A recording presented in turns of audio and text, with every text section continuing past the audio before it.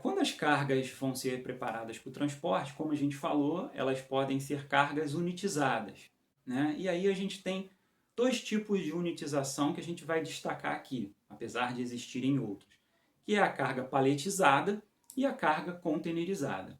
A carga paletizada envolve você agrupar volumes sobre uma plataforma de madeira, aço, alumínio ou outro material que facilite a armazenagem e o manuseio. Então, essa plataforma é o que a gente chama de pallet. Bom, a carga containerizada permite com que você coloque as suas cargas dentro de um container, né? Essas cargas podem ser alocadas dentro de um container embaladas ou não, ou até mesmo paletizadas. Então, você, dependendo do tipo de produto, para que você acondicione a sua carga dentro do container, você vai precisar de todo um preparo de amarração, de proteção dessa carga para que ela não se deteriore dentro do container, ok? Então existe uma infinidade de containers que são utilizados e a gestão da logística vai escolher aquele que mais se adequa às suas necessidades. A ideia, por exemplo, é que você tenha como carga containerizada uma única carga de um único embarcador, né, saindo de uma origem ou um destino, ou ainda que você containerize cargas que são fracionadas, cargas que compõem juntas a capacidade de um container e que pertencem a diversos outros embarcadores, ok? Então você transforma várias cargas de vários embarcadores em uma única carga que vai estar dentro de um container, ok? E o container, claro, ele tem características específicas de se adequar para a intermodalidade, né? Então, o container ele tem dimensões padronizadas que ajudam a transportá-lo no transporte rodoviário, ferroviário, aquaviário, sem a necessidade de você retirar a carga de dentro do container. Bom, a carga não unitizada, ela pode ser uma carga solta não embalada, quando o produto não precisa ser protegido, né? Então você pode, por exemplo, fazer o carregamento de veículos automotores, carros para exportação. Esses carros eles entram no navio que tem uma estrutura muito parecida com um estacionamento, né? E aí eles ficam ali acondicionados no transporte, não há necessidade de uma embalagem específica para isso. E nós temos a carga solta embalada, né? Então, em alguns casos, a embalagem é a única forma de proteção dessa carga. Então, a escolha dela para que seja condicionada num veículo tem que levar em consideração o tipo, natureza da carga, bem como o próprio modo de transporte que vai ser utilizado para deslocar essa carga de um ponto a outro. A quarta frente de atuação da logística internacional é a escolha dos prestadores de serviço logístico. Vocês vão ver que pelas características de deslocamento, principalmente as distâncias, né, continentais, há a necessidade de contratação de determinados prestadores de serviço logístico, como por exemplo o transporte, né? Além de agentes marítimos, despachantes e outros serviços relacionados, por exemplo, à questão aduaneira.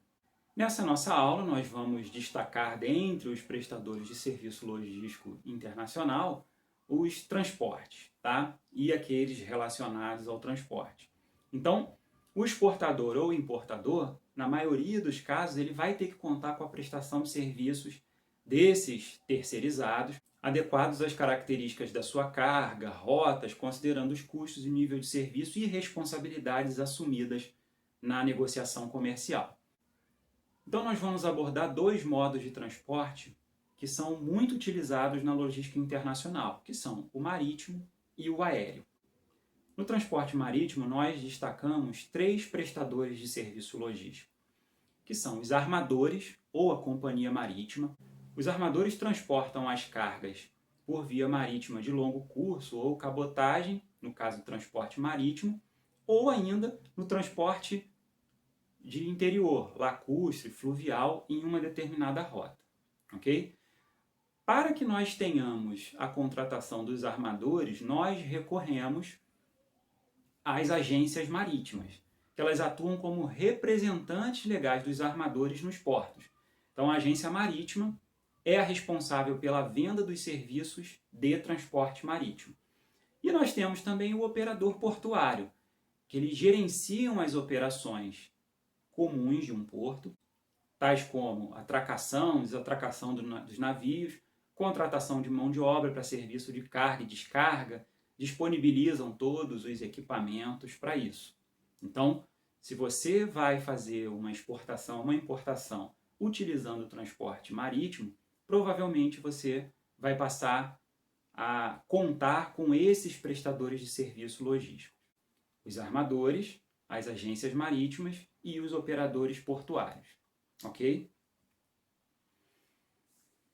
No transporte aéreo, nós destacamos os agentes de carga aérea e as companhias de transporte.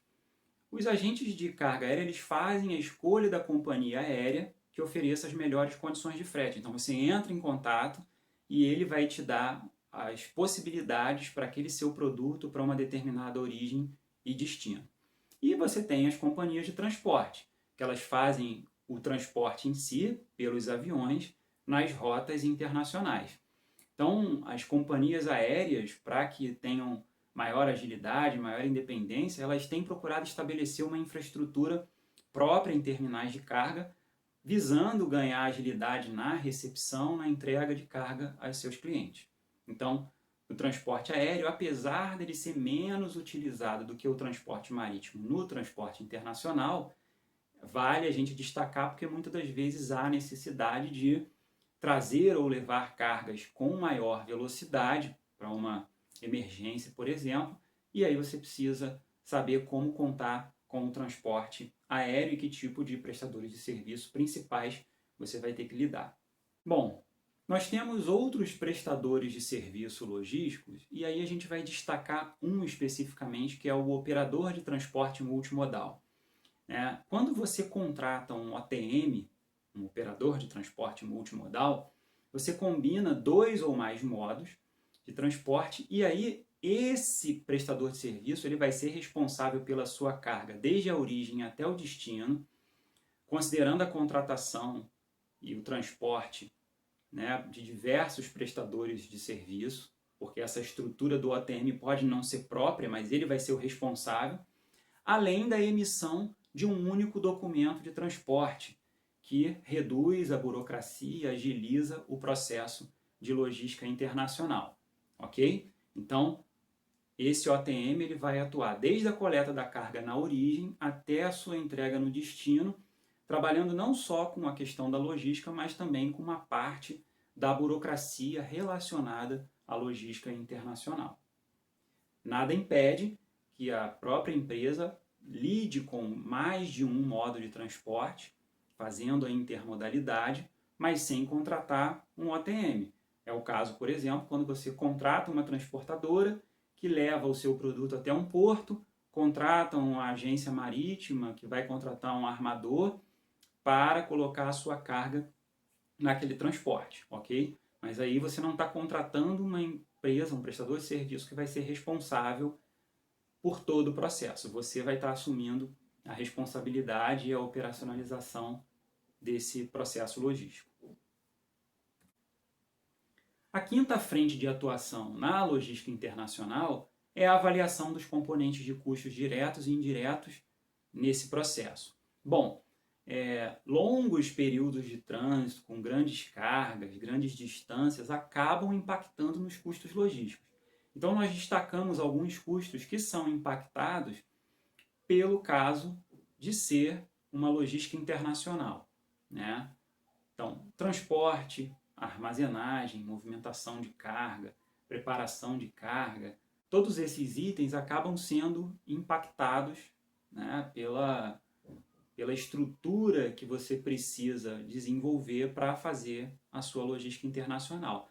Sem contar no custo de capital, que é o custo daquele recurso, daquele dinheiro que você está empregando para fazer toda essa logística e a sua carga, inclusive, em trânsito, e os riscos envolvidos na operação. Você tem riscos de avaria, riscos de perdas, danos à sua carga, né? Risco de não conseguir atender prazo, de não conseguir entregar o produto para o seu cliente da maneira que ele desejava. Então, todos esses itens acabam impactando e transformando os custos da logística internacional em um item que você precisa acompanhar, monitorar e controlar, além de buscar alternativas que reduzam esses custos, sem deixar que o nível de serviço tenha uma queda em relação ao atendimento do seu cliente.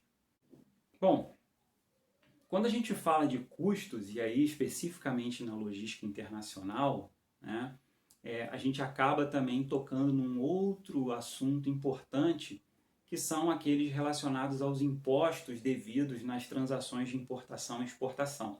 E isso vai ter que entrar também no seu planejamento logístico e no seu controle de custos. E, especificamente, a gente está falando sobre os regimes aduaneiros especiais, que são regimes de cobrança de impostos que não se adequam à regra geral do regime de importação e exportação. Então, nesse caso, para um tipo de produto, por exemplo, para uma dada finalidade, você pode ter a suspensão temporária ou a isenção de determinado tributo, ok? Então, nós temos uma série de regimes aduaneiros especiais, tá? Que vocês podem, inclusive, consultar os detalhes no site do Ministério da Economia ou do Siscomex, que é o Sistema de Comércio Exterior, onde eles fazem um detalhamento e existem manuais, inclusive, de como você atua com cada um dos regimes, ok? Mas como exemplo de um regime aduaneiro especial, a gente vai citar um que é muito falado, muito comum, que é o drawback. O drawback ele permite a suspensão ou eliminação de tributos incidentes na aquisição de insumos empregados na industrialização de produtos que vão ser exportados. Então nós temos como exemplo um componente que você importa, esse componente vai fazer parte de uma máquina que você fabrica no país, mas essa máquina ela vai ser exportada. Então, como o governo sempre busca incentivar a exportação, ele acaba colocando esse regime especial para que você tenha a isenção do imposto de importação, visando melhorar suas condições, a sua competitividade de produção para exportação, ok? Então, num caso comum, se você importa um produto, você importa, paga o imposto de importação. E isso vai se agregar ao produto. No caso de um regime especial drawback, você importa, tem a isenção, desde que você faça a exportação desse produto que foi beneficiado pelo regime especial. Bom, então resumindo a nossa aula, a logística internacional ela planeja toda a operação da logística internacional e isso pode ser um diferencial competitivo para a organização que pretende atuar no mercado global. Vocês viram aqui que nós falamos não somente da operacionalização da logística, mas em várias frentes que se atua, incluindo algumas que requerem um conhecimento maior tributário, um conhecimento maior jurídico, para que se tenha resultados mais adequados, para que você tenha vantagem nas negociações de exportação ou importação.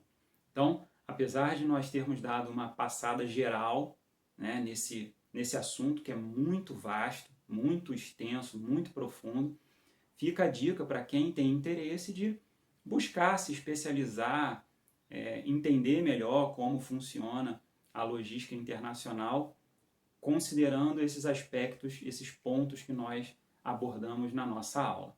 Então, pessoal, chegamos ao final de mais uma aula. Não se esqueçam dos nossos links do blog da disciplina, do canal do YouTube e do e-mail do professor, para que se você tiver alguma dúvida, você possa nos passar para que a gente tente te ajudar, tá? E não se esqueça também de não somente assistir os vídeos, mas ler os textos de referência, fazer os testes de conhecimento de cada um dos vídeos e se tiver alguma dúvida, retornar, consultar uma outra referência, uma outra fonte, para que você tenha um aprendizado mais efetivo, ok? Então, agradecemos a todos pela atenção, bons estudos e até a próxima aula.